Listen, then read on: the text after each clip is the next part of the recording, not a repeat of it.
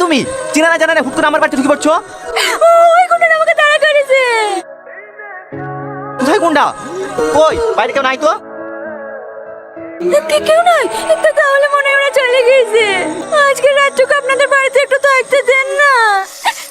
না না, এটা কিভাবে সম্ভব? তোমাকে চিনি জানিনি, কিভাবে আমার বাড়িতে রাখবো? আমি কোনো মেয়ে মানুষ রাখতে পারবো না, তুমি যাও। দয়া করে আজকে রাতটুকু থাকতে দেন না। আমি জানি ওরা আশেপাশে কোথাও লুকিয়ে আছে। আমি বেরোলেই ধরবে। ওরা কারা? আমি কাউকে চিনিনি। আমাকে বিয়ের আগে থেকে জোর করে তুলে নিয়ে এসে। দয়া করে আজকে রাতটুকু থাকতে দেন। আমি কাল সকালে উঠে চলে যাব। আচ্ছা ঠিক আছে, তুমি খাওয়া দাওয়া করেছো? না। ঠিক আছে তুমি বসো, তোমার লেগে খাবার নিয়ে আসছি।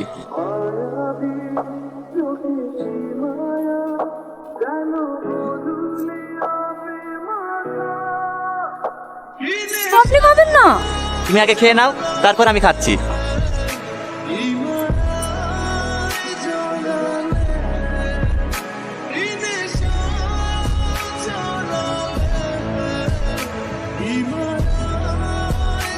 তুই বললেন যে আপনি খাবেন না। না আমার খিদে নেই, যাও তুমি ঘরে গিয়ে সওগা, আমি বারান্দায় থাকছি।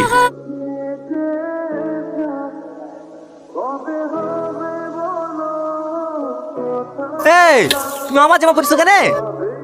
ওই শাড়িটা পরে কাজ করতে কেমন লাগছিল তো, তাহলে কি আপনার জামাটা পরেছি। তুমি কেন কাজ করছো? তোমার না সকালে উঠে চলে যাওয়ার কথা ছিল? আমি না আপনাকে একটা মিথ্যে কথা বলেছি। আসলে কাল রাতে আমাকে কোনো গুন্ডাতে তুলে নিয়ে আসেনি। আমি নিজে বিয়ের আসর থেকে পালিয়ে এসেছি। পালিয়ে এসছো? কিন্তু কেন? আমি একটা ছেলেকে ভালোবাসি, বাড়িতে জোর করে বিয়ে দিয়েছিল বলে পালিয়ে এসেছি। ও আজকে আমাকে নিতে আসবে। তুমি এই কথাটা রাতেই বলতে পারতা। তুমি জানো তোমাকে কত টেনশনে ছিলাম, সারাত না ঘুমিয়ে তোমাকে পাহাড় দিয়েছি। সরি, আসলে আপনি থাকতে দেবেন না ভেবে ভয় বলিনি। রাগ করেন না প্লিজ। আচ্ছা ঠিক আছে। যান, রান্না হয়ে গেছে। আপনি হাত মুখ ধুয়ে এসে বসেন, আমি খাবার বেড়ে দিছি। তোমাকে রান্না করতে কে বললো?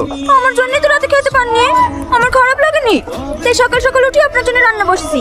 যান হাত মুখ ধুয়ে আসেন গা।